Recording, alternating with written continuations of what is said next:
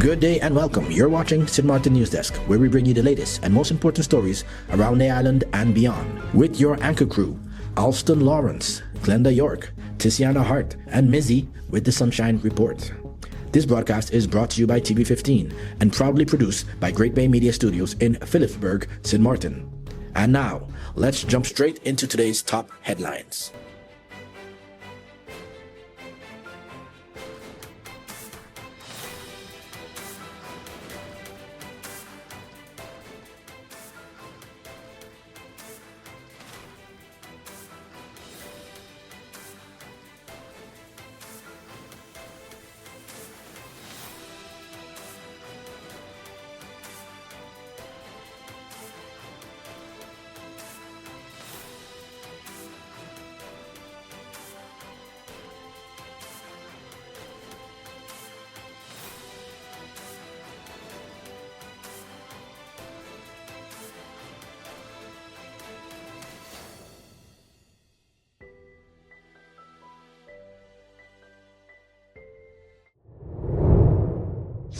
Officials urge hurricane readiness as bushfire risk increases.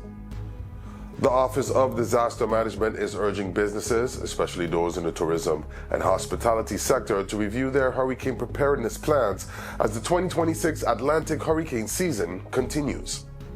National Disaster Coordinator and Fire Chief Clive Richardson says businesses should not become complacent because of the season's quiet start. He is urging and encouraging hotels, restaurants, marinas, tour operators, retailers, and transportation providers to update evacuation procedures, secure important records, confirm insurance coverage, inspect buildings, and ensure staff understand their emergency rules. Richardson says businesses that prepare now will be better positioned to protect lives, reduce damage, and resume operations more quickly after a storm. At the same time, the fire department is warning residents and businesses to exercise extreme caution as prolonged dry weather has significantly increased the risk of bushfires across St. Maarten. Officials are urging the public to avoid open burning, never discard lit cigarettes or matches outdoors, and clear dry vegetation from around homes and businesses to reduce fire hazards. The fire department says even a small spark can quickly become a major wildfire under current conditions. Officials are reminding the community that hurricane preparedness and fire prevention both require action before an emergency occurs, not after. Court orders St. Maarten prisoner returned from Dutch prison. The Hague Court of Appeal has ordered the government of St. Maarten and the Dutch state to return a St. Maarten prisoner from the Netherlands within 6 months. The man was transferred to the Netherlands in 2017 after Hurricane Irma severely damaged Point Blanche prison. At the time, the move was approved as a temporary measure because of security and capacity concerns. But the court ruled that after more than 8.5 years, the continued detention overseas has become disproportionate and violates the prisoner's right to family life. According to the judgment, the prisoner's elderly parents live in St. Maarten and are unable to travel to Europe. The court found that the long distance has made meaningful family contact almost impossible.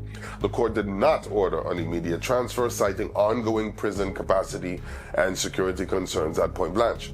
Instead, authorities now have 6 months to arrange the return and assess placement options. The ruling is immediately enforceable, and both St. Maarten and the Dutch state must also pay the prisoner's legal cost. St. Maarten launches first labor force survey since 2018. St. Maarten has launched its 2026 labor force survey, the first full survey of its kind since 2018. The Department of Statistics says data collection will run from July through September and will provide updated information on unemployment, employment levels, and labor force participation across the country. The last full labor force survey in 2018 recorded unemployment at 9.9%. A 2022 census later placed unemployment at 6.5%, but Stats says the regular survey cycle was disrupted by the pandemic, staffing shortages, and budget limits. This year's survey also introduces a new international standard for measuring employment. Anyone who worked at least 1 hour for pay or profit during the reference week will now be counted as employed, replacing the previous 4-hour rule. Stat says this means the 2026 results should not be directly compared with earlier years. The survey will also collect information on household spending to help update inflation measurements, along with questions on how prepared St. Martin's workforce is for artificial intelligence. Trained interviewers with official identification will visit selected households, and all responses will remain confidential. Hello, my people. My name is Glenda York of Sit, Sip and Chat and Moms in Paradise podcast. You can find us on TV 15 St. Martin, TVC St. Kitts, and on YouTube. Reporting from Great Bay Media Studios in St. Martin, your NEWSDESK featured story is coming up.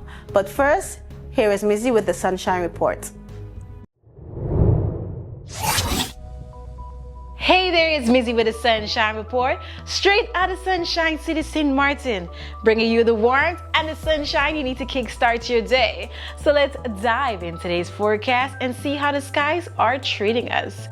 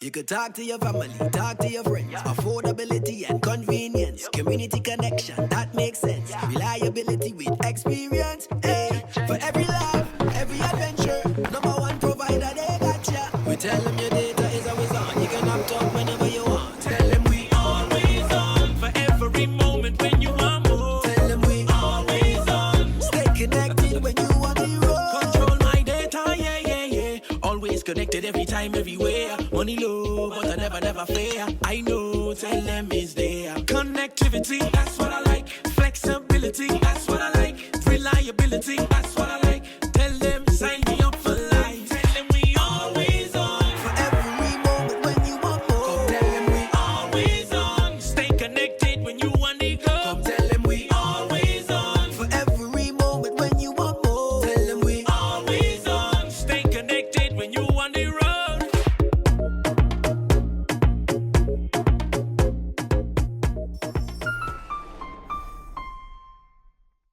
Welcome to the BTP Cybercrime Awareness video. What is cybercrime? Cybercrime is any illegal activity that uses computers, smartphones, or the internet to harm people, steal information, or cause damage. Now, how to protect yourself. First, use strong passwords. Also, keep your devices and antivirus software updated. Enable two-factor authentication. Research before sending money. Use trusted platforms. Log out of accounts on shared/public devices. Scan the QR code for more tips. Stay alert. Stay secure. USM announces leadership transition. The University of St. Maarten has announced a leadership transition, with Dr. G. Antonio Carmona Baez concluding his tenure as president as of July 1st. The board of directors says the university remains fully operational and that all academic programs, student services, partnerships, and strategic initiatives will continue without interruption. To guide the institution during the transition, the board has appointed a 3-member interim management team made up of Robert Judd, Jan van Beek, and Juliana Shipley Hodge. The team will oversee USM's day-to-day operations while the board finalizes arrangements for the university's next phase of leadership. Dr. Carmona Baez served as president for 8 years. The board thanked him for his leadership, commitment, and contributions to the continued development of the university. The board says it expects to appoint a new president in a timely manner and remains confident in USM's ability to continue serving St. Maarten and the wider Caribbean. For now, USM says its focus remains on stability, continuity, and student success during this transition. St. Maarten Waters earns global shark and ray recognition. St. Maarten's marine environment is receiving international recognition. The Caribbean Shark Coalition has welcomed the designation of the St. Maarten Insular Shelf as an important shark and ray area under the IUCN Global Standard. The designation identifies the waters off the island's southern coast as a critical habitat for threatened sharks and rays, including Caribbean reef sharks, white-spotted eagle rays, and tiger sharks. The area covers more than 72 square kilometers and overlaps with the Man of War Shoal Marine Protected Area. Researchers say nearly a decade of fieldwork confirmed that these waters serve as feeding, resting, and reproductive grounds, with studies documenting pregnant tiger sharks, newborn pups, and reef sharks returning to the same reefs season after season. Tazio Bervoots of the Caribbean Shark Coalition says the recognition places St. Maarten's marine life on the global map and shows that these waters are not only beautiful, but essential to threatened species. The designation does not create legal protection by itself, but it gives government, conservation managers, and the community a stronger scientific basis for future marine planning and protection. On the French side, environmental work also continued this week with the inauguration of the Biodiversity Mangrove Nursery in Orient Bay. The nursery supports red, black, and gray mangrove species and serves as a living study site for how best to restore mangroves damaged by hurricanes and human activity. Meanwhile, the nature reserve responded to 2 dolphins stranded on Orient Beach. One adult dolphin was found dead, while a juvenile was released back into the sea. Together, these developments highlight how closely St. Maarten's future is tied to the health of its reefs, mangroves, beaches, and marine life. UNESCO honors students at wire bending exhibition. The St. Maarten National Commission for UNESCO has honored pupils from 5 schools during its 2026 wire bending exhibition and certificate ceremony. The week-long event took place from June 15 to 19 at St. Dominic Primary School, St. Joseph School, Orania Primary School, Mac Braulia Maillard Campus, and Sister Borgia Primary School. UNESCO says the program helps preserve wire bending as part of St. Maarten's intangible cultural heritage while encouraging young people to appreciate local craftsmanship. Students displayed their wire art for classmates, teachers, parents, and community members. At the end of the exhibition, participants received their completed artwork along with certificates of participation. UNESCO Secretary General Marcelia Henry said teaching students the traditional craft helps pass its skills, knowledge, and cultural value to future generations. The program began as a pilot project in 2018 and has since expanded to several schools across the island. Instruction was provided by local wire artists Lambert Holder and Kenrick Latouche, who continue helping preserve the tradition. Hey there, I'm Venicia Herbert, and welcome to the Community Billboard. This is your space where the people, places, and heartbeat of the St. Maarten community get to speak for themselves. Whether it's an event worth showing up for, a business worth knowing about, or a cause worth caring about, you'll hear it right here. So, settle in, because what's coming up next just might be exactly what you've been looking for. Welcome to the NEWSDESK Community Billboard.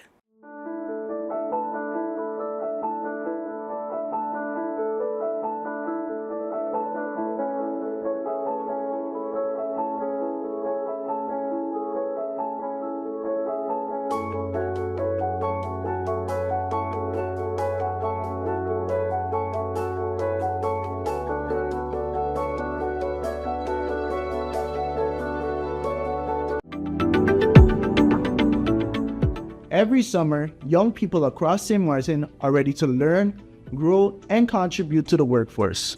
All we need is an opportunity. As youth, we are calling on businesses, organizations, government departments to step up and invest in the future of our island through corporate social responsibility. By opening your doors to young people, you are helping to build a stronger, more prepared St. Maarten for tomorrow. A summer job is more than just work experience. It helps you develop confidence, responsibility, communication skills, and valuable professional experience that can help shape their future. Your organization can make a real difference by becoming a host partner in the 2026 BOP program.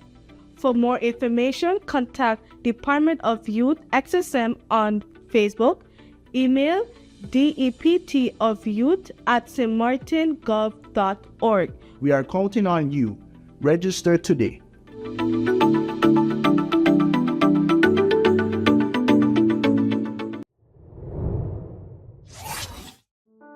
To be part of our mailing list, send an email to newsdesksxm@gmail.com.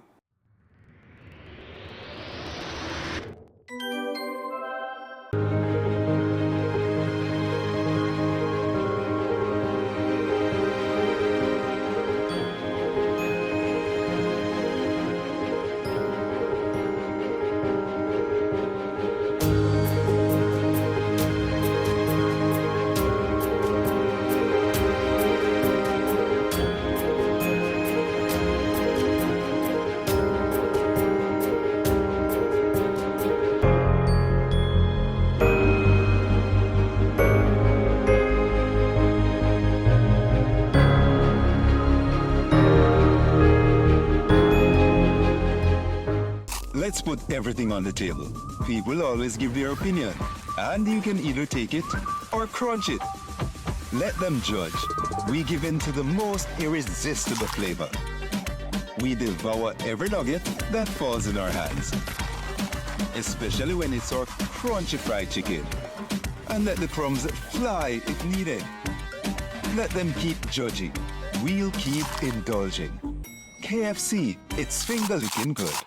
You could talk to your family, talk to your friends. Affordability and convenience, community connection, that makes sense. Reliability with experience, hey. For every love, every adventure, number one provider, they got ya. We tell them your data is always on. You can opt out whenever you want. Tell them we always on. For every moment when you want more. Tell them we always on. Stay connected when you want the road. Control my data, yeah, yeah, yeah. Always connected every time, everywhere. Money low, but I never fair. I know, tell them it's there. Connectivity, that's what I like. Flexibility, that's what I like. Reliability, that's what I like. Tell them, sign me up for life. Tell them we always on. For every moment when you want more. Come tell them we always on. Stay connected when you want to go. Come tell them we always on. For every moment when you want more. Tell them we always on. Stay connected when you want to road.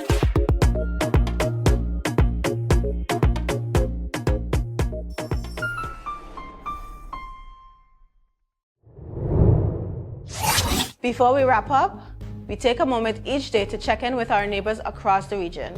There's always a story worth paying attention to. Here's today's regional headline. New cruise facility to strengthen St. Kitts homeporting.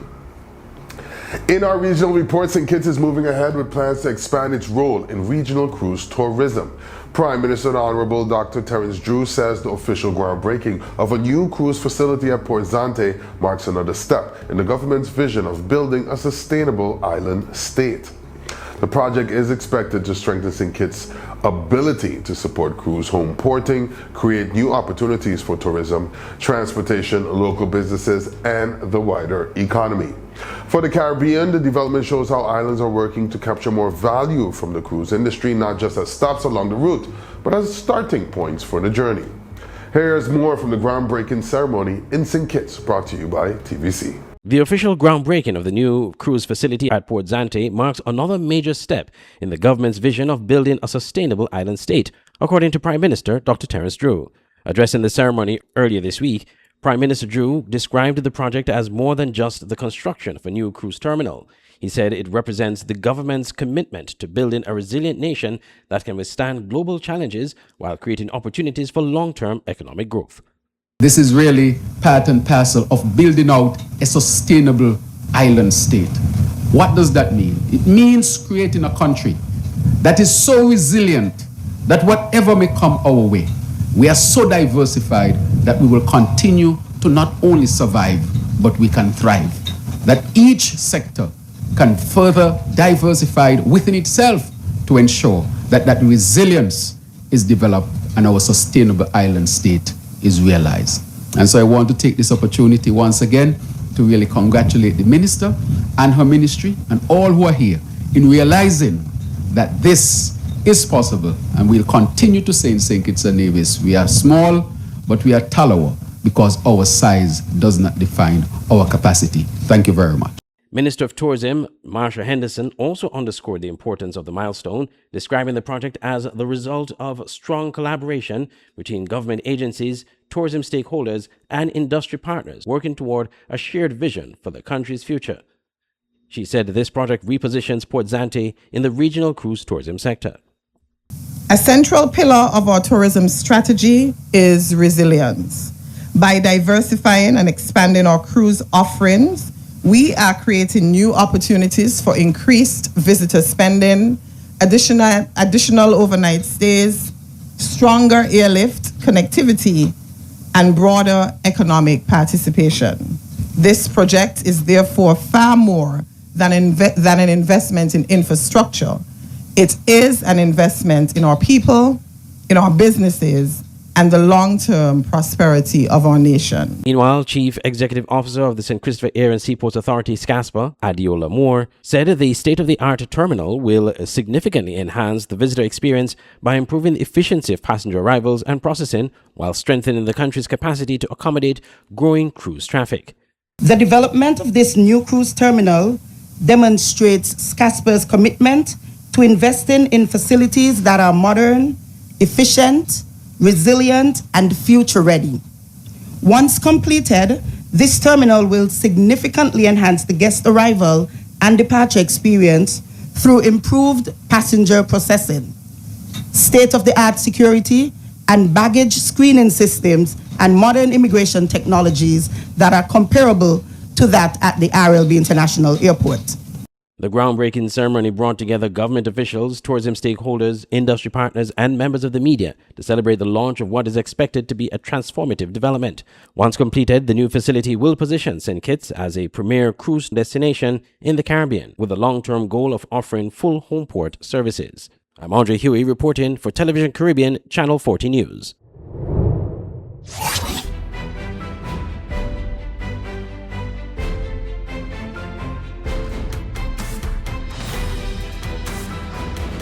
Welcome back.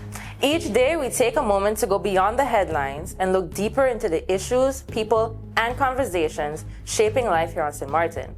Welcome to today's NEWSDESK feature. Culture lives everywhere in the Caribbean. It lives in music, language, food, fashion, storytelling, dance, carnival, faith, family traditions, and the everyday creativity of island people.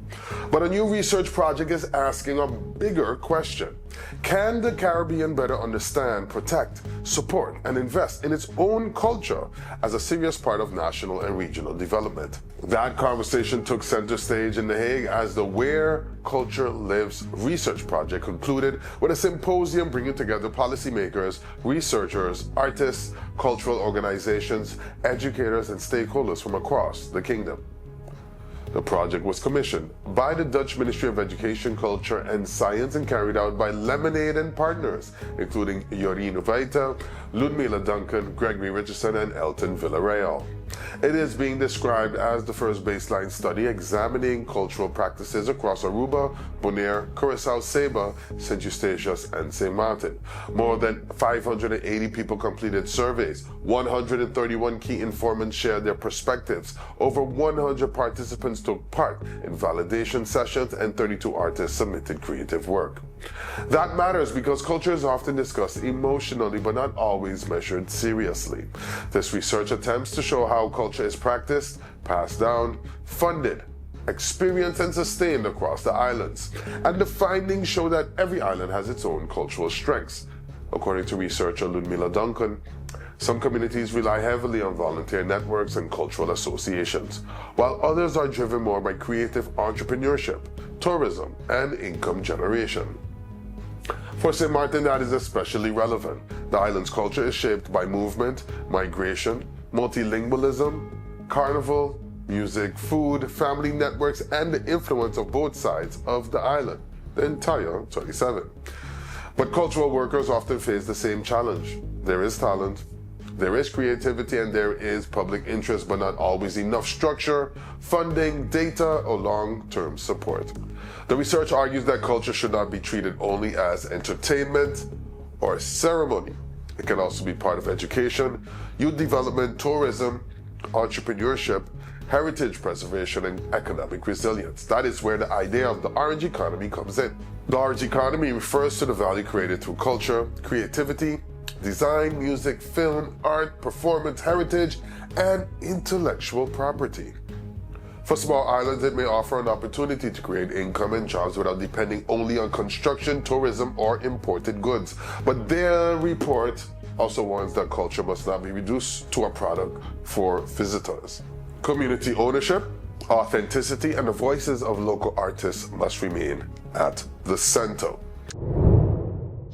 That's all the time we have for today's edition of St. Maarten News Desk. Thank you so much for joining us. Remember, new episodes premiere every weekday at 8 a.m. on TV 15 and across all our social media platforms. From all of us here at News Desk, we wish you a fantastic week ahead. Until next time, stay friendly, St. Maarten.